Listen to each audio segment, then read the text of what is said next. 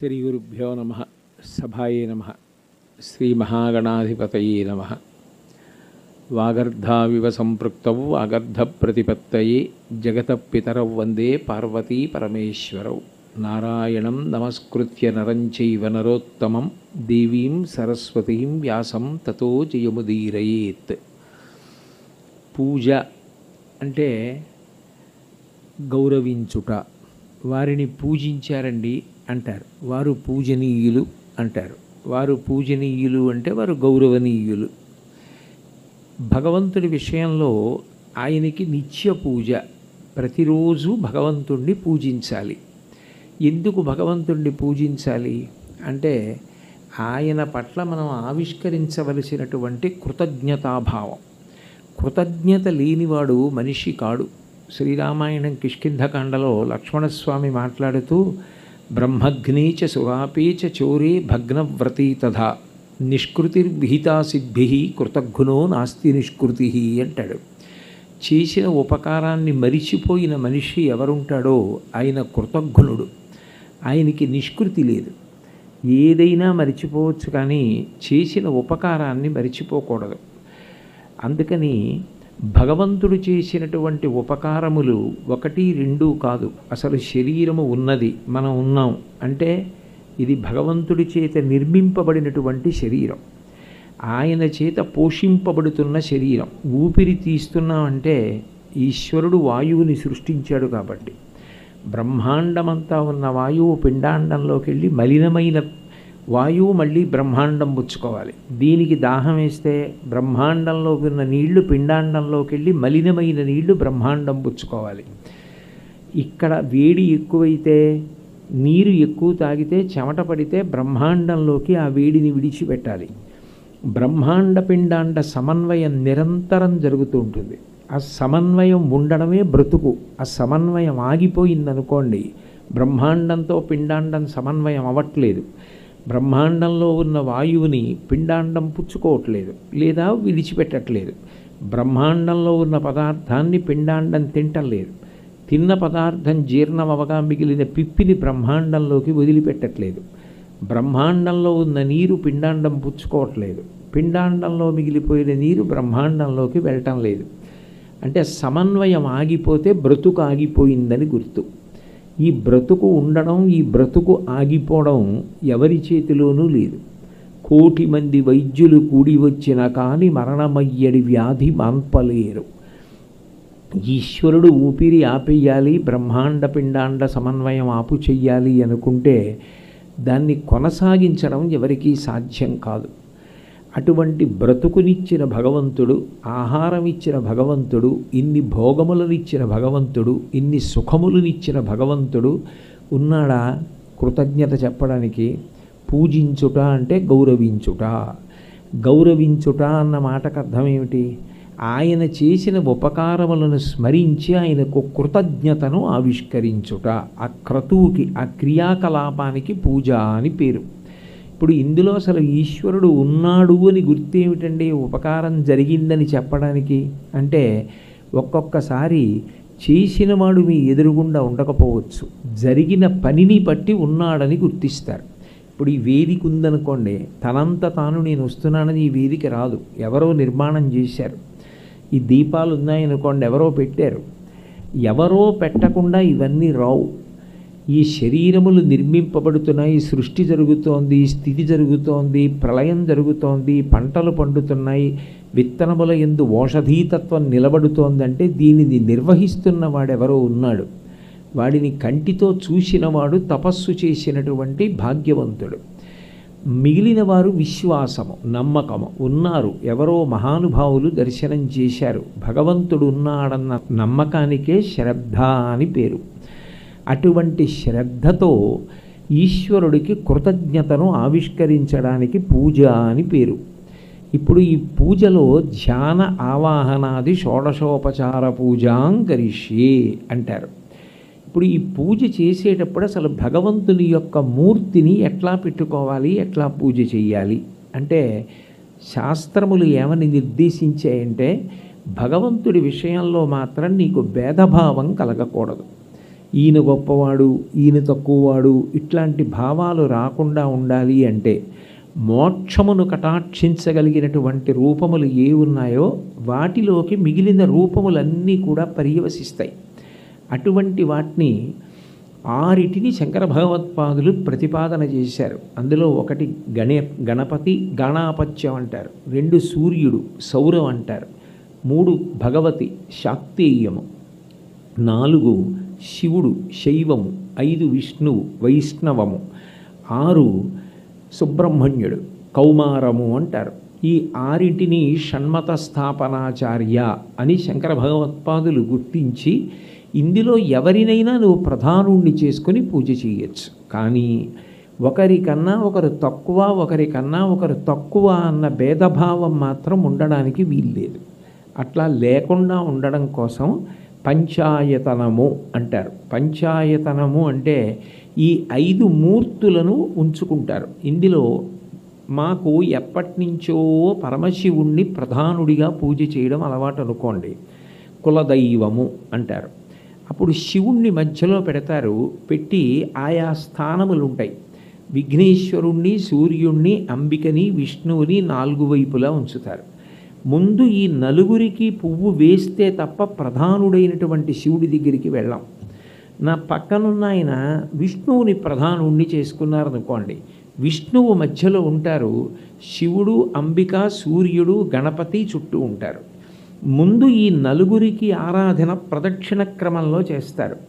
ఈ 4ని దాటి అప్పుడు ప్రధాన దేవతకి చేస్తారు. అంటే అసలు వీళ్ళ అనుగ్రహం లేకుండా వాళ్ళ దగ్గరికి చేరలేవు. ఒక స్థితిలో వీళ్ళు ఆయన అని కనపడుతున్నది ఇన్ని కాదు ఒక్కటే అన్న భావనతో అసలు భగవంతుని యందు భేదబుద్ధిని విడిచిపెడతారు. అని సుబ్రహ్మణ్యారాధన ఏదండి, 6వ మూర్తి ఏది, పంచాయతనం అంటే 5 కదా ఉన్నాయి. అంటే సుబ్రహ్మణ్యుడికి పావకి అని ఒక పేరు, అగ్ని పుత్రుడు అని. చిట్ట చివర అగ్ని నుండి తేజస్సు వెలువడి ఆయన పుత్రుడిగా జన్మించాడు కాబట్టి పావకి అని ఆయనకు ఒక నామం ఉంది. అందుకే పూజ ప్రారంభంలో వెలిగించే దీపం, పూజ చిట్ట చివర వెలిగించేటటువంటి కర్పూరం, ఈ 2 అగ్నిహోత్రం కాబట్టి సుబ్రహ్మణ్యుడే. ఇక వేరే మూర్తిని పెట్టుకున్నా పెట్టుకోకపోయినా దోషమేం రాదు. ఈ 5గురికి పూజ చేస్తారు. ఈ పూజ చేసేటప్పుడు ఎంత పెద్ద పూజా మందిరం ఉండాలి, ఎంత చిన్న పూజా మందిరం ఉండాలి అన్న దానితో సంబంధం లేదు. నాకు చాలా గౌరవం ఉందనుకోండి, నేను ఏం చేస్తే గౌరవించినట్టు, నేను ఏం చేస్తే అవతల వారిని పూజించినట్టు, నేను ఏ కృతజ్ఞతని ఆవిష్కరిస్తే అవతల వారిని పూజించడం పూర్తయినట్టు అంటే యథార్థమునకు ఇది చేస్తే అన్న మాట ఉండదు. నా మనసు నిండా వారి మీద ప్రేమ నిలబడితే అది నిజమైనటువంటి పూజ్యభావన. నా మనసు నిండా భగవంతుడు నిలబడాలంటే భగవంతుడు చేస్తున్నటువంటి ఉపకారములు స్మరణలోకి రావాలి. ఇలా చూపించినంత వాణ్ణి నేననడం కాదు, అసలు ఈ శరీరం నిర్మించినవాడు ఆయన. చర్మము, రక్తము, మాంసము, కొవ్వు, అస్థి, శుక్ల, మేధ అనబడేటటువంటి 7 పదార్థములను ఒకదాని మీద ఒకటి కనపడకుండా ఇంత అందంగా అమరిక చేసి పైకి చూసేటప్పటికీ ఏమీ కనపడకుండా నిలబెడుతున్నాడు. కొంచెం చర్మం రేగిందనుకోండి, ఆ నెత్తుటి కోసం, మాంసం కోసం ఈగలు వచ్చి వాళ్తాయి, పురుగులు వాళ్తాయి. కానీ ఇంత రక్తం లోపల ప్రవహిస్తున్న ఎక్కడ నెత్తుటి చుక్క పైకి రాకుండా, లోపల వేడి ఎక్కువైపోతే మాత్రం చెమట రూపంలో నీరు పైకి రావడానికి ఇన్ని స్వేదరంధ్రాలు పనిచేసేటట్టు 9 రంధ్రములు, 2 కళ్ళు, 2 ముక్కులు, 2 చెవులు, 6, నోరు 7, మలద్వారం 8, మూత్రద్వారము 9, 9 రంధ్రములు కలిగినటువంటి శరీరంలో ప్రాణ, అపాన, వ్యాన, ఉదాన, సమాన, నాగ, కూర్మ, కృకర, ధనంజయ దేవదత్తములనబడేటటువంటి 10 వాయువులు నిలబడాలి. ఆయన శాసనం అయిపోయిందనుకోండి, 10 వాయువులు నిర్గమిస్తాయి. చిట్ట చివర వ్యానవాయువు వెళ్ళిపోతుంది. వెళ్ళిపోవడంతో అక్కడతో శరీరము కాష్టభూతాని జిజ్ఞిరి అంటారు. శరీరమునందున్నటువంటి వాయువు అంతా క్రమంగా బయటికి వెళ్ళిపోతుంది. వెళ్ళిపోయిన తరువాత శరీరం అంతా ఒక కర్ర ఎట్లా ఉంటుందో అట్లా అయిపోతుంది. ఇక సంధిబంధములు కదలవు. ఈ చెయ్యి ఇలా అండం ఉండవు. పాదం పట్టుకుని లేపితే ఒక కర్ర ఎలా లేస్తుందో అలా శరీరం అంతా లేచిపోతుంది. అట్లా 10 వాయువులు 9 రంధ్రములు కలిగిన తోలు తిత్తిలో ఎవరు ఆజ్ఞ అయ్యే వరకు నిలబడుతున్నాయో, ఎవరి ఆజ్ఞ అయ్యే వరకు బయటికి వెళ్ళటలేదు, ఎవరి ఆజ్ఞ అయిపోయిన తర్వాత వెళ్ళిపోతున్నాయో, ఎవడు లోపల ఉండి తిన్న పదార్థములనన్నిటినీ జీర్ణం చేసి శక్తిగా మారుస్తున్నాడో, బయటికి వచ్చేటప్పటికంత దుర్గంధ భూయిష్టమైనటువంటి పిప్పిని 9 రంధ్రములు లక్షల స్వేదరంధ్రములున్న బయటికి రాకుండా లోపల నింపి ఉంచి తెల్లవారేటప్పటికీ సంవరణీ కండరములు సడలిపోయి ఆ పదార్థం బయటికి వెళ్ళిపోయేటట్టు శరీరం శుభ్రంగా ఉండేటట్టు ఎవడు లోపల ఉండి నిర్వర్తిస్తున్నాడో, బయట ఉన్నవన్నీ తెలుసుకుంటుంటే లోపల పదార్థం అయిపోయింది, పదార్థం తిను అని క్షుత్ ఆకలి రూపంలో చెప్తున్నాడు. ఎవరు నీరైపోయింది, నీరు లేకపోతే శరీరం పడిపోతుంది, సంజీవనం సమస్తస్య జగత సలిలాత్మిక భవ ఇత్యుచ్యతే మూర్తిర్భవస్య పరమాత్మనః అంటారు. నీరు తాగు నీరు తాగు అని దాహం రూపంలో లోపల నుంచి మాట్లాడుతున్నాడు. శరీరావయవాల్లో ఒక అవయవానికి ఇబ్బంది కలిగితే ప్రథమో దైవ్యోభిషకు, ఈశ్వరుడు వైద్యుడి రూపంలో ఉన్నాడు. ఈ శరీరావయవానికి ఏ దోషం వచ్చిందో వైద్యుడి దగ్గరికి వెళ్ళని నెప్పి అన్న భాషతో మాట్లాడిస్తున్నాడో వాడు పరమేశ్వరుడు. ఎవడు కర్మఫలప్రదాతయై గత జన్మలలో చేసిన పాపపుణ్యములకు దుఃఖాన్ని సుఖాన్ని ఫలితంగా ఎదురుగుండా కనపడకుండా ఇస్తున్నాడో ఆయన పరమేశ్వరుడు. ఆయన కంటికి ఎదురుగుండా అందరికీ కనపడాలని నియమం లేదు. ఎవరు నిరతిశయ భక్తితో ఆయన్ని చూడాలనుకున్నారో వారికి మాత్రం ఒక రూపంతో కనపడ్డాడు. అలా కనపడినటువంటి మూర్తులు అనేకం. ఆయన ఉన్నాడు అన్న నమ్మకం లేని జీవితం ఏదుందో అది మనుష్య జన్మకి కృతజ్ఞతతో కూడుకున్న జీవితం. 84 లక్షల జీవరాశులలో ఆయన ఉన్నాడని గుర్తించగలిగిన ప్రాణి భగవంతుణ్ణి మనుష్యుడు వినా ఇంకొకడు లేడు. శాస్త్రాన్ని గురువాక్యాన్ని ఆధారం చేసుకుని ఆయన ఉన్నాడని నమ్మగలిగిన వాడు మనిషి ఒక్కడే. అయినప్పుడు ఎంత పెద్ద పూజా మందిరం నిర్మించుకోవాలి, ఇంట్లో ఎంత పెద్ద పూజ ఉండాలి, విగ్రహాలు ఎంతంత ఉండాలి అన్న దానితో అసలు శాస్త్రం నియమం పెట్టుకోలేదు. నా యందు చాలా గౌరవం కలిగినటువంటి వ్యక్తి అనుకోండి, నిజానికి అంత గౌరవం ఉన్న వ్యక్తి అని ఆయన నన్ను గౌరవించడం కాదు, ఆయనని నేను ఎందుకు ప్రేమిస్తానంటే నేను చెప్పినట్లు ఆయన బ్రతుకుతున్నాడు, అది ప్రధానం. నాకెన్ని దండలేశాడు అన్నదానికన్నా, నాకు ఎన్ని పువ్వులు పూజ చేశాడు అన్నదానికన్నా, నాకు ఎన్ని పదార్థాలు పెట్టాడు అన్నదానికన్నా, నాకెంత ధూపం వేశాడు అన్నదానికన్నా, నేను చెప్పినది ఆయన జీవితంలో ఎంత పాటిస్తాడన్నదాన్ని బట్టి ఆయన నాకు దగ్గరవుతాడు. భగవంతుడు ఎప్పుడూ ధర్మాన్ని మాట్లాడతాడు. ఎవడు ధర్మాన్ని అనుష్ఠిస్తాడో అటువంటి వాడు ఎంత పూజ చెయ్యాలి అన్నదానికి శంకరాచార్యుల వారు ఒక నియమం చెప్పారు. సకృన్నత్వా నత్వా కథమివ సతాం సన్నిధతతే అన్నారు. అటువంటి వాడు ఒకే ఒకసారి నమస్కారం చేసినా చాలు, ఈశ్వరుడు సంతోషిస్తాడు. ఎందుకంటే ఆయన చేసేది నిరంతర పూజ. ఆయన ఏది చేస్తున్నా నేను చేస్తున్న ఈ పనికి ఈశ్వరుడు సంతోషిస్తాడా, అదొక్కటే ప్రమాణం. ఈశ్వరుడు నేను చేస్తున్న ఈ పనికి సంతోషించడు, నాకొద్దు.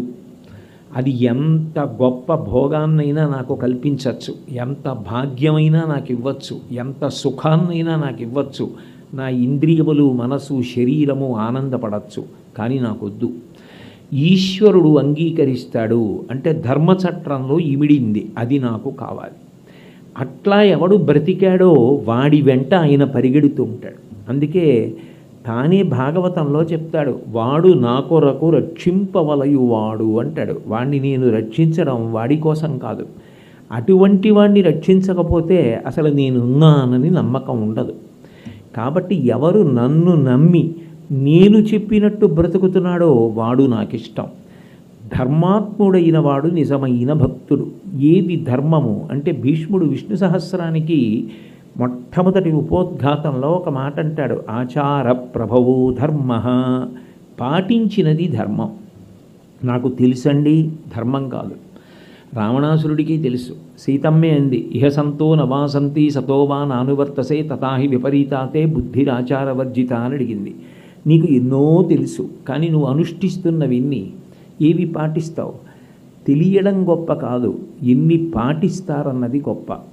పాటించినటువంటి వాడు ధర్మాత్ముడు. తనకి ఎన్ని తెలుసో అన్నిటినీ పాటించగలగడం గొప్ప. ఆ పాటించినవాడు ఎవరున్నాడో, ఆచరించినవాడు ఎవరున్నాడో అటువంటి ధర్మాత్ముడి వెంట ఈశ్వరుడు పరిగెడతాడు. అప్పుడు ఆయనతో, అందుకే పూజకి సంబంధించి ఎక్కడా కూడా మీరు ఇంత పూజ చెయ్యండి అని శాస్త్రములు నిర్దేశించలేదు. నిత్య పూజ దేనికి అంటే కృతజ్ఞత కొరకు. ఇంద్రియములను వాడుకున్నాను, మనసు వాడుకున్నాను, శరీరం వాడుకున్నాను, ఎన్నో సుఖాలు అనుభవించాను. ఈశ్వరుడు ప్రధానంగా మూడిటిని ఏర్పాటు చేస్తాడు. ఒకటి భువనము, ఈ చెట్లు, ఈ తేనె, ఈ పువ్వులు, ఇదంతా భువనం. తనువు, శరీరం, భోగము, ఈ భువనమునందున్న వాటిని ఈ తనువుతోటి అనుభవించి ఆనందించడం భోగం. ఈ మూడు ఈశ్వరుడిచ్చినవే తప్ప మనం సృష్టించుకున్నవి కాదు. కన్ను నేను నిర్మించుకోలేదు, చెవి నేను నిర్మించుకోలేదు, ఇంద్రియ పాటవము నాది కాదు. ఇవన్నీ భగవంతుడు పెట్టినవి, అందువల్ల అనుభవించగలుగుతున్నాను. భువనమునందిన్ని అందములు, ఇన్ని చెట్లు, ఇన్ని కాండాలు, ఇన్ని పువ్వులు, ఇంత సుగంధం, ఇన్ని పళ్ళు, ఇన్ని రుచులు, ఇవేవి నేను సృష్టించలేదు. కంటితో చూసి ఆనందం, చెవితో చూసి ఆనందం, చెవితో విని ఆనందం, ఇవేవి నేను కాదు. ఈశ్వరుడు నా యందు శక్తిగా ఉండి అనుభవింపచేస్తున్నాడు. తనువు, భువనము, భోగము, దీనికి కారకుడు ఆయన కనుక నేను నిద్రలేస్తూనే, ఎందుకనంటే నేను వీటిని వాడుకొని బడలిపోతే, ఒరే నువ్వు బడలిపోయావు, మళ్ళీ ఇవి శక్తి పొందాలంటే నువ్వు కొంత బాధ అనుభవిస్తే మళ్ళీ శక్తి వస్తుంది అని అనలేదు ఆయన. నిద్రాకాలిక సుఖమును ఏర్పాటు చేశాడు. నిద్ర సుఖము. అందుకే బాగా నిద్ర పట్టిందనుకోండి, ఏమండి రాత్రి నిద్ర పట్టిందంటే, అబ్బా ఎంత హాయిగా నిద్ర పట్టిందండి అంటాడు. నిద్ర సుఖం. ఆయన నిద్రాకాలిక సుఖాన్ని ఇచ్చి ఆ సుఖవంతమైన కాలంలో మళ్ళీ పాటవాన్ని బలాన్ని ఇచ్చేశాడు. అటువంటి ఈశ్వరుడికి కృతజ్ఞతతో వాడుకోవడం మొదలుపెట్టు. అందుకు పూజ ఎప్పుడు? ప్రాతకాలమునందు నిద్ర లేవగానే ముందు కృతజ్ఞత చెప్పి మొదలుపెట్టు. ఎంత పెద్ద పెద్ద విగ్రహాలు ఉండాలి, అసలు శాస్త్రం అంది అట్లా పెట్టకు, అట్లా పెట్టవద్దు. ఎందుకనంటే నీవు ఎంత పెద్ద మూర్తిని పెట్టావో అంత నైవేద్యం అడుగుతుంది. అది శాస్త్రమునందు ప్రమాణం. అంత పెద్ద మూర్తి అయితే అంత నైవేద్యం కానీ ఇవ్వకపోతే కొంతకాలమే భరిస్తాయి, ఆ తర్వాత ఆకలి వేస్తే అసహనం కలుగుతుంది. శృంగేరి పీఠాధిపతులు చంద్రశేఖరి భారతీ స్వామి వారంతటి వారు నిర్ధారించి కొన్ని విషయాల్లో చూపించారు ఆ విషయాలు. కాబట్టి అంగుష్ట ప్రమాణం అన్నారు. బొటన వేలు ఎంత ఉంటుందో అంత మూర్తిని పెట్టుకో. నీ ఇంట్లో ఎంత పెద్దది, ఎంత పూజామందిరం ఉండాలి, ఎంత గది ఉండాలి, ఇవి కాదు. నీకు ఎంత భక్తి ఉందన్నది ప్రధానం. ఆ భక్తి ఉంది, కానీ అంత పెద్ద ఇల్లు లేదు. ఈశ్వరుడు నాకు పూజకి గది ఉండాలని చెప్పలేదు. ఒక పళ్ళెం పెట్టి నీ కులదైవాన్ని మధ్యలో పెట్టి నలుగురిని చుట్టూ పెట్టి నువ్వు పూజ చేయి. మూర్తుల్ని పెట్టి పూజ చేసుకో, బొటన వేలంత వారిని, అంతే పూజ. నాకు పళ్ళెంలో పెట్టుకుని ఒక చోట పెట్టుకోవడానికి కూడా చోటు లేదండి ఇంట్లో, ఏం చేయమంటారు అంటే, ప్రకృతి యందు ఈ 5 పరమేశ్వరుడిగా వస్తాడు మళ్ళీ. మీరు అందుకే దాన్ని జాగ్రత్తగా పరిశీలిస్తే ఎదగడం కూడా అందులోనే ఉంటుంది. ఈ దేశము విశ్వమునందు విశ్వనాథుడు కనపడాలి. ఈ 5 ప్రకృతిలో దొరుకుతాయి. ఉదాహరణకి ముందు విఘ్నేశ్వరుడు గంగానది, శోణానది సంగమిస్తాయి. శోణభద్ర నదిలో స్నానం చేస్తూ ఇలా చేతులతో ఎత్తుతారు సాలగ్రామాలు. శోణభద్రలో విఘ్నేశ్వర సాలగ్రామాలు దోషిళ్లతో దొరుకుతాయి. ఓ సాలగ్రామం చిన్న తెచ్చుకొని పళ్ళెంలో ఆ స్థానంలో పెట్టుకుంటారు, అంతే. విఘ్నేశ్వరుడు. యువతల పక్కకు వచ్చేటప్పటికి సూర్యుడు. తంజావూరు దగ్గర వెల్లం మనొక క్షేత్రం, స్ఫాటికం సూర్యుడు, తెల్లటి రాయి, సాలగ్రామం దొరుకుతుంది, అది ఒక రాయి.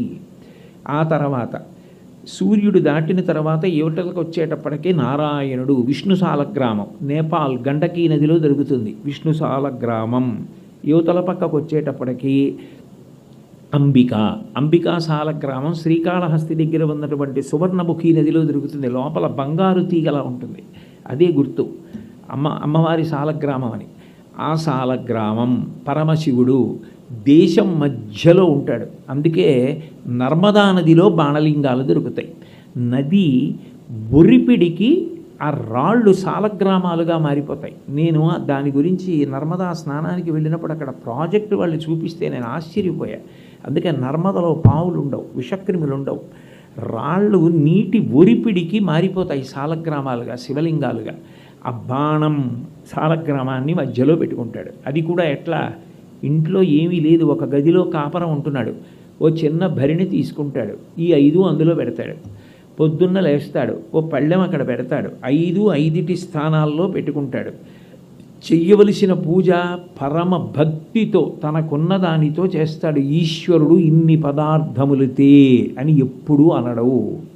నీకు శక్తి ఉంది పట్రా, నీకు శక్తి లేదు, కనీసం చేస్తే చాలు. శివుడికి మారేడు దళం, నారాయణుడికి తులసి దళం. అది కూడా ఈ రెండిటికి ఉన్న గౌరవం ఏమిటంటే మీరు అప్పటికప్పుడు కోసి తేవాలని నియమం లేదు, ఎండిపోయినవైనా పూజ చేసుకోవచ్చు. మిగిలిన వారికి అక్షత చాలు అంది శాస్త్రం. మిగిలిన వారందరికీ కూడా కేవలం అక్షత.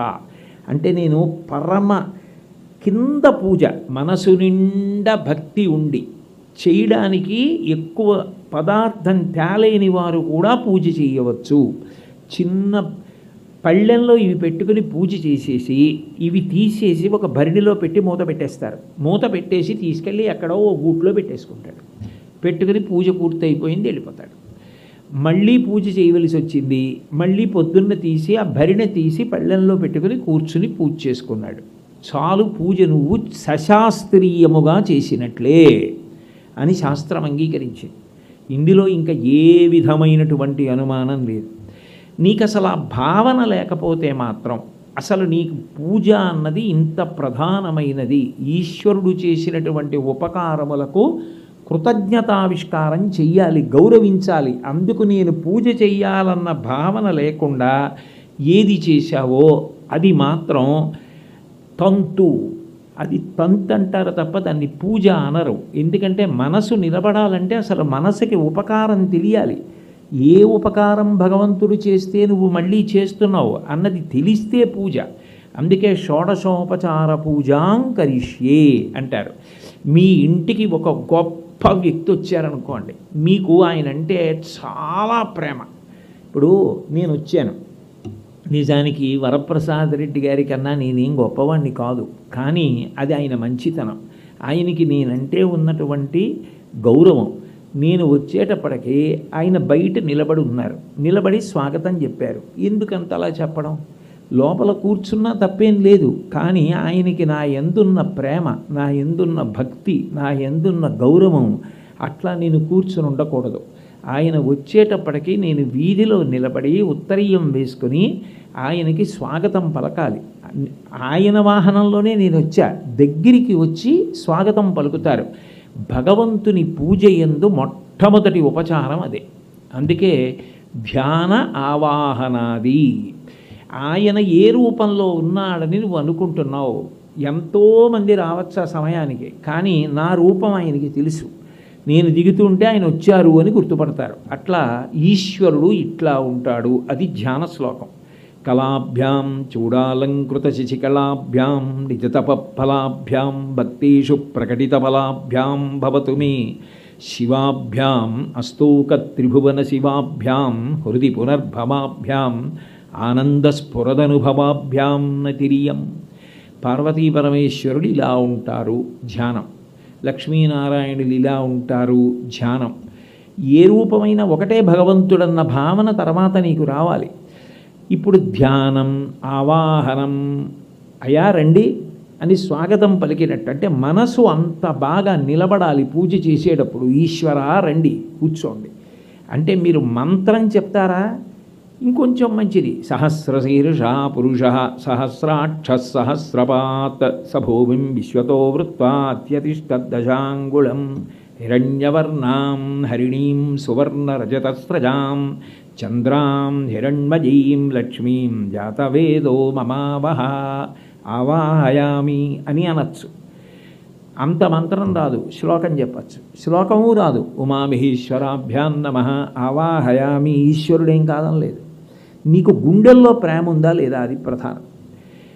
ఆవాహనం పిలిచావు, ధ్యానం ఇలా ఉంటాడు. ఆవాహనం వచ్చి కూర్చున్నాడు. రాగానే ఏం చేస్తారు? ఇంటికి వస్తే పాదయోహో పాద్యం, కాళ్ళు కడుక్కోండి అని నీళ్ళు ఇస్తారు. ఈశ్వరుడికి కూడా అంతే. హస్తయోహో అర్ఘ్యం, పెద్దలైతే ఏం చేస్తారు? ఇంటికి పెద్దలు వస్తే చాలా చాలా గొప్ప పూజ ఏమిటంటే, చెయ్యి చాపమని నీళ్లు ఆచమనీయంలా పుచ్చుకోరు. ఆ చేతి మీద నీరు పోస్తారు. నీరు పోస్తే ఇలా చెయ్యి పట్టి ఆ నీటి చేత చెయ్యి తడిసిన తర్వాత ఉత్తరీయం ఓ వస్త్రం ఇస్తే తుడుచుకుంటారు. పరమభక్తి ఏమిటంటే ఉత్తరీయమే ఇస్తే తుడుచుకుంటారు. మహాభారతంలో ధర్మరాజు గారు శ్రీకృష్ణ పరమాత్మకి అగ్రపూజ చేశారు. అగ్రపూజ అంటే ఎంతలావు దండట్టుకు వచ్చాడు, ఏం చేశాడు కాదు, అర్ఘ్యం ఇచ్చాడు. అర్ఘ్యమే అగ్రపూజ. కాబట్టి చేతి మీద నీళ్లు పోశారు. తర్వాత ఆచమనీయం, మనం ఎలా పుచ్చుకుంటామో అలా ఈశ్వరుడు కూడా పుచ్చుకున్నాడు. తర్వాత స్నానం మీకు వచ్చు, రుద్రం అంతా చెప్పండి. నమః సోమాయ చ రుద్రాయ చ నమస్తామ్రాయ చ అరుణాయ చ నమః శంగాయ చ వశుపతయే చ అనండి. అంత రాదు. ఆపోహిష్టావయోభవస్థాన భుర్జీర్ధాతన మహీరణాయ చక్షసై యోవశివతమోరసః చేయండి. అది రాదు. స్నానం సమర్పయామి, కొద్దిగా నీళ్లు పోయండి. నీళ్లు పోసి భగవంతుడు స్నానం చేస్తున్నాడన్న భావన ఇక్కడ పొందండి. మనసు ప్రధానం పూజలు. దిగ్గస్థిభిః కనక కుంభముఖావసృష్ట స్వర్వాకినీ విమలచారు జలప్లుతాంగీం ప్రాతర్నమామి జగతాం జననీమశేషలోకాధినాథ గృహిణీం అమృతాబ్ధిపుత్రీం అంటారు శంకరులు కనకధారలో. స్నానం చేసినటువంటి రూపాన్ని మనసులో భావన చేయండి. ఆ వస్త్రం తడిసినట్టుగా భావించండి. లోత వస్త్రం సమర్పయామి, ఒళ్ళు తుడుచుకోమనండి. వస్త్రయుగ్మం సమర్పయామి. భావనకి దరిద్రం ఏమిటి? మంచి పట్టు పంచ, అమ్మవారికి పట్టు చీర భావన చేయండి. ఇచ్చాననండి. వాళ్ళు కట్టు కూర్చున్నారు. సర్వాలంకారాన్ సమర్పయామి. అక్కడ మీ భావన ఎంత బాగానైనా మనసుతో చెయ్యొచ్చు. భౌతికంగా చేసి మనసు అక్కడ లేకపోతే ఈశ్వరుడు పుచ్చుకోడు. పత్రం పుష్పం ఫలం తోయం యోమే భక్త్యా ప్రయచ్చతి. భక్తితో ఇస్తే పుచ్చుకుంటా. అంటే మనసు అక్కడ ఉందా పూజలో? మనసు లేదు. మంత్రం గడగడగడగడగడ తమలపాకుతో టకటకటక ఆయన నాకు ఇవన్నీ నాకేమొద్దురా, ఈ పూజలు నేనేమి పుచ్చుకోనని చెప్తాడు. నువ్వు చేసేటప్పుడు మనసు ఉంది, పుచ్చుకుంటాడు. అందుకే ఇలా 16 ఉపచారాలు. ఏదో వస్త్రయుగ్మం సమర్పయామి, తర్వాత చందనం అనులేపయామి. చందనం అనులేపనం చేసిన తర్వాత అప్పుడు స్వామివారికి పుష్పై పూజయామి. పుష్పాలు పూజ చేసినప్పుడు మీకు ఓపిక ఉంది, సహస్రం చెప్పండి. మీకు పరవశం ఉంటే సహస్రం చెప్పలేరా? 108 చెప్పండి. 108 ఎందుకు? 376 ఉండకూడదా? 120 ఉండకూడదా? అంటే 27 నక్షత్రాలకి 4 పాదాలు, 108 పాదాలలో పుట్టిన సమస్త ప్రాణులు బాగుండాలి. అది సనాతన ధర్మం యొక్క గొప్పతనం. మా వెంట వచ్చేవాడు బాగుండాలని పూజ చేయరు. సమస్త పిపీలికాది పర్యంతము బాగుండాలి, అందరూ బాగుండాలి. అందుకు 108 నామాలు. 108 నామాలకి సమయం లేదు ఆ రోజు. లేకపోతే శ్రీరామ రామ రామేతి రమే రామే మనోరమే. రామ రామ రామ అని 3 మాటలు అనండి. అక్షరాలని సంస్కృతంలో అంకెల్లోకి మారుస్తారు. రా అంటే 2, మా అంటే 5.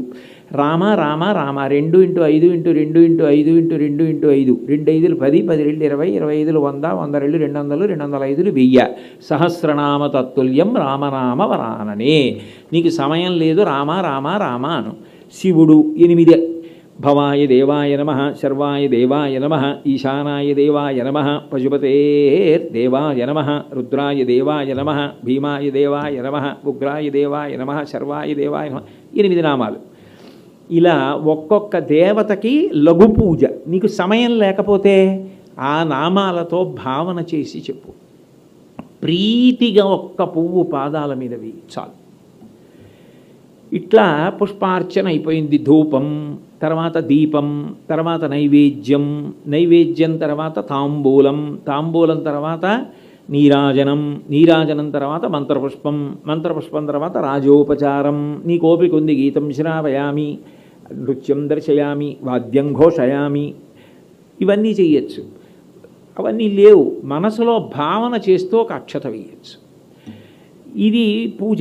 ఇందులో మీరు చాలా జాగ్రత్తగా గమనించవలసినది ఏమిటంటే, నీ ఇంట పూజ కనీసం 5 ఉపచారాలతో చెయ్యకపోతే మాత్రం కృతఘ్నుడవైపోతున్నావు అంది శాస్త్రం. ఏ 5 ఉపచారాలు చెయ్యాలి అన్నారు. లలితా సహస్రనామ స్తోత్రంలో అమ్మవారికి పంచసంఖ్యోపచారిణి అని పేరు. 5 ఉపచారాలు చేయాలి. ఈ 5 ఉపచారాలు ఎందుకు చేసి తీరాలి అంటే, ఎన్ని కోట్ల సుఖాలు మీరు అనుభవించండి, 5 ఇంద్రియముల మీదే ఆధారపడతాయి. నేను మీకు తేలిగ్గా ఒక్కటి చెప్పేస్తే అర్థమైపోతుంది. ఈశ్వరుడు మీ ఇంద్రియాలు అలాగే ఉంచుతా, 8 నుంచి 9 వరకు 1 గంట విశ్రాంతినిస్తున్న ఇంద్రియాలు పనిచేయవు అన్నాడు అనుకోండి. కన్ను పనిచేయదు, ఏం చూస్తారు? ఎదురుగుండా బాలాత్రిపుర సుందరి నించున్నా మీకేం తెలియదు, పిశాచం నించున్నా తెలియదు, సుఖం లేదు, దుఃఖం లేదు. చెవిలో బ్రహ్మరాక్షసుడు అరిచినా తెలియదు, జేగంట మోగినా తెలియదు, వీణానాదం వినపడినా తెలియదు. ముక్కుకి కుక్క కళేవరం వాసన వచ్చినా తెలియదు, మల్లెపూల వాసన వచ్చినా తెలియదు. నాలుక మీద తిరుపతి లడ్డూ పెట్టినా తెలియదు, నిప్పు కణిక పెట్టినా తెలియదు. చర్మానికి చందనం రాసినా తెలియదు, కొరడా పెట్టి కొట్టినా తెలియదు. నిజానికి మీరు ఎన్ని కోట్ల సుఖాలు అనుభవించినా ఈ 5 ఇంద్రియముల మీదే ఆధారపడ్డాయి. కంటితోటే అన్ని చూసి సంతోషించాలి, చెవితో అన్ని విని సంతోషించాలి, ముక్కుతో వాసన చూసి సంతోషించాలి. అందుకే పంచోపచారములు. దీపం ఎందుకు వెలిగిస్తారు అంటే, అన్నిటిలోకి గొప్పది కన్ను, నయనం నాయక స్థానం. ఈ కంటితో అనేకం చూస్తున్నాం, ఆ కన్ను లేకపోతే భయం, ఏది ఏదో తెలియదు. అసలు ఈశ్వరుడు కన్ను ఇచ్చాడు, ఇన్ని చూసి ఆనందపడిపోతున్నా. అందుకని ఈశ్వర నాకు చెప్పడం రాదు, కంటితో చూస్తున్నాను వెలుగు, కాబట్టి నీకు దీపం పెడుతున్నాను. నూనె, నెయ్యి, 3 ఒత్తుల 2 ఒత్తుల చెప్పారుగా, 3 ఒత్తులని సాధ్యం త్రివర్తి సంయుక్తం. అక్కడెందుకు కొట్టు ఆగిపోతావు? అసలు ముందు నీకు కన్ను ఇచ్చాడు, ఇన్ని సుఖాలు ఇచ్చాడు, అందుకు దీపం పెట్టావు, అది తెలుసుకో ముందు. ఆ కృతజ్ఞత మనసులో ఉండాలి. 2, ఆయన మనకి ఎన్నో వాసనలు చూడడానికి అవకాశం ఇచ్చాడు. ఇన్ని మల్లెది ఒకటి, జాజిది ఒకటి, గులాబీది ఒకటి, ఇన్ని సువాసనలు. ఆఖరికి ఆకలి వేసినప్పుడు భార్య పప్పు పులుసు వండుతుంటే వచ్చే వాసన కూడా చాలా గొప్పది. ఇన్ని వాసనలు ఇచ్చి సంతోషపెట్టాడు. ఆ వాసనలకి కృతజ్ఞత. ధూపం. ఆయన మనకి స్పర్శ సుఖం ఇచ్చాడు. గురువుగారు మనని ముట్టుకున్నారనుకోండి, గొప్ప సంతోషం. ఇవాళ గురువుగారు నన్ను ముట్టుకున్నారు, భుజం మీద చెయ్యేసి అభినందించారని. నాన్నగారు ముట్టుకున్నారనుకోండి, గొప్ప సంతోషం. అమ్మ ముట్టుకుందనుకోండి, సంతోషం. మనవడు ముట్టుకున్నాడనుకోండి, ఒక సంతోషం. ఒక్కొక్కరు ముట్టుకున్నప్పుడు ఒక్కొక్క ఆనందం వస్తోంది. ముట్టుకుంటే అంటే స్పర్శ సుఖాలు ఇన్ని ఇచ్చాడు కాబట్టి చందనానులేపనం. ఈశ్వర ఇన్ని సుఖాలు నాకు ఇచ్చావు స్పర్శ వలన, అందుకని చర్మం ఇచ్చావు కాబట్టి నీకు చందనం, కన్ను ఇచ్చావు కాబట్టి దీపం, ముక్కు ఇచ్చావు కాబట్టి ఇన్ని వాసనలు ఇచ్చావు కాబట్టి ధూపం, ఇక చెవి ఇచ్చావు, ఇన్ని వింటున్నాను, తద్వారా అజ్ఞానం పోతోంది స్వామి, అందుకని పువ్వులతో పూజ. ఏమంటే మరి పువ్వుకి చెవికి సంబంధం ఏమిటి? ధ్వని ఎక్కడుంది అంటే, నాకు ఉండక్కర్లేదు, నా కొరకని మీకు ఏదైనా ఇస్తే అది నాదే అవుతుంది. ఈ దండ నీకు తెచ్చుకున్నానా? ఇప్పుడు నా మెడలో వేసేశారు, నాది అయిపోయిందంటే ఆ శాలువా ఇక్కడ పెట్టేశాను, పక్కకి పట్టుకెళ్ళారు, అయినా నేను వెళ్ళేటప్పుడు నాకు ఇచ్చేస్తారు. నా కొరకు అని ఇచ్చింది నాదే. తుమ్మెదల ధ్వనులన్నీ ఎవరి కోసం? పువ్వుల కోసం. అందుకని పువ్వులకి శబ్దాలు ఉన్నాయి. అందుకని ఈశ్వరుడు వినడానికి అవకాశం ఇచ్చాడు కాబట్టి పుష్పములతో పూజ. భద్రం కర్ణీభి శృణుయామ దేవాహ. మా చెవులు భద్రంగా ఉండాలి, మంచి విషయాలు వినాలి. అందుకని పువ్వులతో పూజ. చిట్ట చివరది నాలుకిచ్చాడు, దాని మీద కోట్ల రసాంకురములు పెట్టాడు. ఒక తీపిలో ఎన్ని తీపులు, ఎన్ని తీపులు తింటున్నామో, ఎన్ని కారాలు, ఎన్ని విప్పులు, ఎన్ని కూరలు, ఎన్ని పచ్చళ్ళు, ఎన్ని పులుసులు, ఇన్ని తిని సంతోషపడిపోతున్నామంటే ఈశ్వర నాకు నాలుకిచ్చి ఇంత సుఖాన్ని ఇచ్చావు కాబట్టి నీకు నైవేద్యం. ఎండిపోయిన కిస్మిస్ పండు పెట్టు, భక్తితో పెట్టు, చాలు తింటాడు. అందుకే దళమైన పుష్పమైనను ఫలమైనను సలిలమైన బాయని భక్తిన్ కొలచిన జనులర్పించిన ఎలమిన్ రుచిరాన్నముగా ఎనుభుజింతున్. నాకు ఆ ప్రేమతో పెడితే తింటా, లేకపోతే నీ బుర్ర నువ్వు ఇచ్చేది, నేను నీకు ఇచ్చాన్ని. నేనిచ్చింది నువ్వు నాకు ఇచ్చావు తప్ప నేను కొత్తగా నువ్వు నాకు పట్టుకొచ్చి ఇవ్వడానికి ఏముందని ఇస్తావు? నువ్వు సృష్టించింది ఏముంది? నీ శరీరం కూడా నేను సృష్టించింది. ఆ భక్తితో పట్టుకొచ్చి నాకు ఇచ్చావా, పరమప్రీతితో నువ్వే నాకు పెట్టినట్టు తింటాను. అది నైవేద్యం. ఇప్పుడు ఇన్ని కోట్ల సుఖాలకి కృతజ్ఞత కాదండి. ఇంకా నాకు వాహనం ఇచ్చాడు, అందులోకి ఇంధనం ఇచ్చాడు, నాకు ఇల్లు ఇచ్చాడు, అందులో రాత్రి పడుకుంటే గాలి వేయడానికి ఇచ్చాడు, దోమ కుట్టకుండా ఓ యంత్రం ఇచ్చాడు, మెత్తగా ఉండడానికి పరుపు ఇచ్చాడు, తలకి తలకడా ఇచ్చాడు, షోడశోపచారం. అబ్బెబ్బే ఇవే కాదండి, నాకు వాక్కు ఇచ్చాడు, 4 మాటలు చెప్తున్నాను, 4 మాటలు చెప్పారని అందరూ కింద కూర్చుని నన్ను పైన కూర్చోబెడుతున్నారు, నన్ను చూడగానే గుర్తుపట్టారు, గౌరవిస్తున్నారు. పతంజలి గారిని చూస్తే అంత గౌరవిస్తున్నారు, ఆయన వీణ వాయించారని అంత గౌరవిస్తున్నారు. ఒక్కొక్కరి యందు ఒక్కొక్క విభూతిగా ప్రకాశిస్తున్నాడు. 64 ఉపచారాలు. అందుకని షోడశోపచార పూజ, పంచోపచార పూజ, చిట్ట చివరిది చతుషష్ట్యుపచారాఢ్య. అందులో కోట కట్టడం కూడా ఉంది. శంకరాచార్యులు వారు ఈ 64 ఉపచారాలు వర్ణించి మానస పూజ చెప్పారు. చెప్పి ఇది మనసుతో చేయి, నువ్వు 64 ఉపచారాలు చేసినట్టే అని బాలాత్రిపుర సుందరి మీద అద్భుతమైనటువంటి స్తోత్రం చెప్పారు ఆయన. అందులో కోట కట్టడం కూడా ఉంది అమ్మవారికి.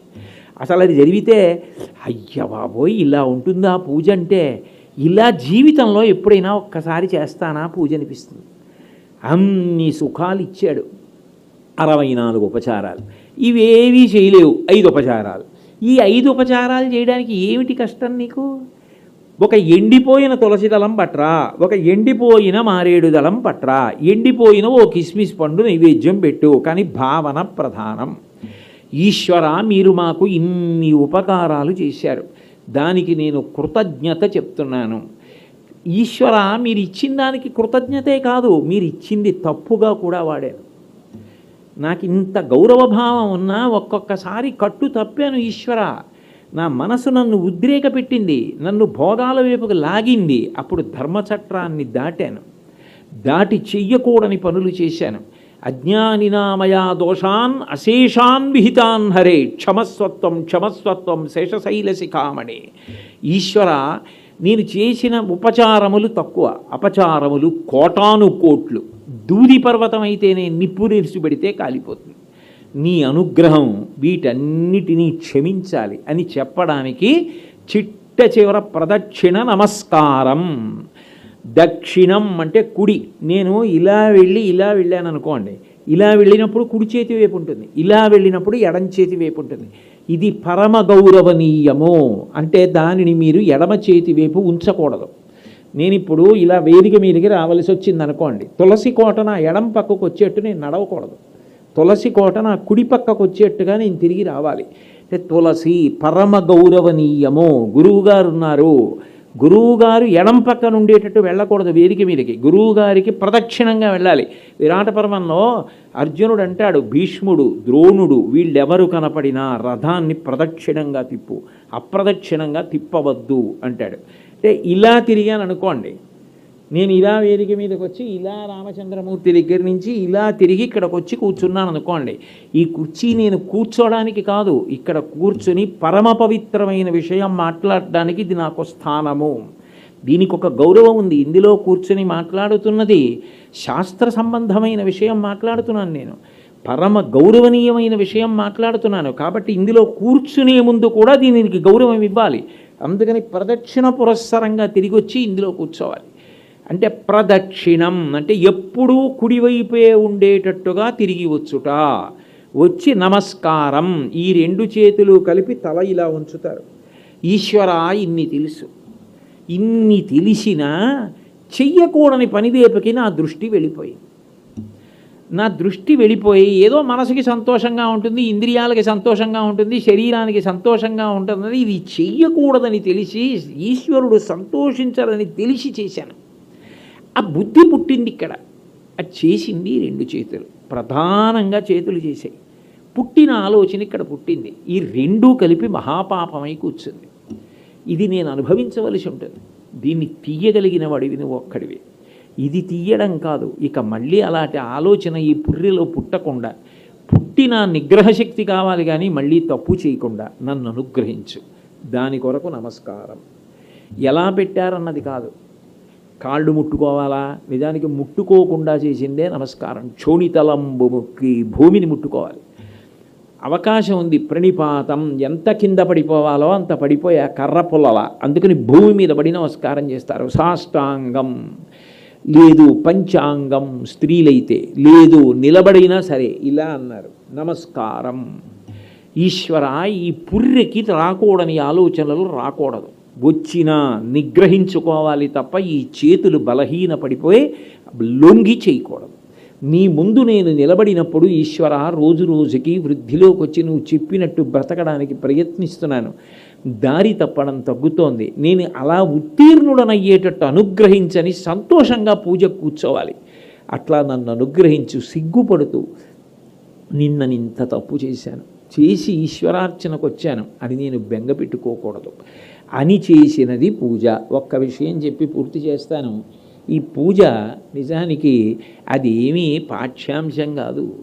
అది 16 పూర్తి చేశాడా అది కాదు. ఎక్కడో అక్కడ మనసు రమించిపోయిందనుకోండి, అది తపస్సు. మీకు నేను ఉదాహరణ చెప్పాననుకోండి, పాదయోహో పాద్యం అన్నాను అనుకోండి, నేను కళ్ళు మూసుకొని భావన చేస్తుంటే ఎదురుగుండా ఉన్న మూర్తి బొటన వేలంత ఉంటారు, కాళ్ళు ఎలా కడుగుతారు? మీరు భావన చేస్తుంటే ధర్మపత్ని ఎప్పుడూ మనసులో పక్కనే ఉంటుంది. ఆమె బంగారు పళ్ళెంలో తామర పూలు పేర్చి మల్లెపూలు జల్లి సంపంగి పూలు జల్లి తుమ్మి పూలు జల్లి తెచ్చి అక్కడ పెట్టింది. నేను తీసి అక్కడ పెట్టి, స్వామి ఒక పాదం మడుచు కూర్చున్నారు, 2 పాదాలు ఇందులో పెట్టండి అని అడిగాను. పార్వతీ పరమేశ్వరులు ఇద్దరూ పాదాలు అందులో పెట్టారు. నా ధర్మపత్ని బంగారు కలశతో నీళ్లు పోస్తోంది. నేను ఎడంచేత్తో అయ్యవారి పంచ కొంచెం పైకి పట్టుకుని ఆ మంజీరములు కనపడుతుంటే ఆ కాళ్ళు కడిగాను. అమ్మవారి చీర కొంచెం పైకి పట్టుకొని ఆ మీగాళ్ళ వంటి ఆ పై పాదములు వెనకాతలంతా కడిగాను. పాదాలకు ఉన్నటువంటి పసుపు కుంకుమ చందనం అన్నీ నీళ్లలో కరిగిపోయి, శంకరాచార్యులు వారు అంటారు, అసలు నేను ఇటువంటి నీళ్లు ఎప్పుడు తాగుతారమ్మా అని అడిగారు. పిబేవం విద్యార్థి తవచరణ నిర్వీజన జలం అన్నారు. ఆ కరిగి ఎర్రగా పచ్చగా ఉన్న నీళ్లు ధర్మపత్ని ఉద్ధరిణితో తీసి, అందుకు ధర్మపత్ని ఎడంచేత్తో తీయకూడదు కాబట్టి ఆమె నాకు కుడి చేత్తో పోస్తుంది. పోస్తే అందుకే ఆచమనీయం కూడా పొద్దున్న ధర్మపత్ని వెయ్యాలి మొదట పూజలో.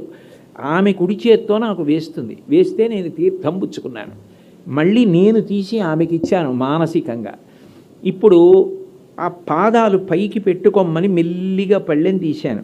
ఇద్దరు పాదాలు పాదపీఠం మీద పెట్టారు. నా ఉత్తరీయం తీసి ఒరుసుకోకుండా మెత్తగా ఒత్తాను.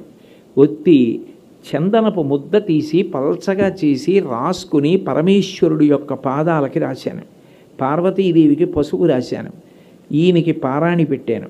పాదం మీద 2 గీతలు పెట్టాను. మధ్యలో చుక్క పెట్టాను. వేళ్ల మీద ఎర్రగా పారాణి పెట్టాను. ఇప్పుడు ఈయన పాదాలు ఆవిడ పాదాలు కనపడుతున్నాయి. నా చేతులకి ఆ పారాణి అంటుకుంది, పసుపు అంటుకుంది, చందనం అంటుకుంది. వాసన చూశాను. తల మీద పెట్టుకున్నాను.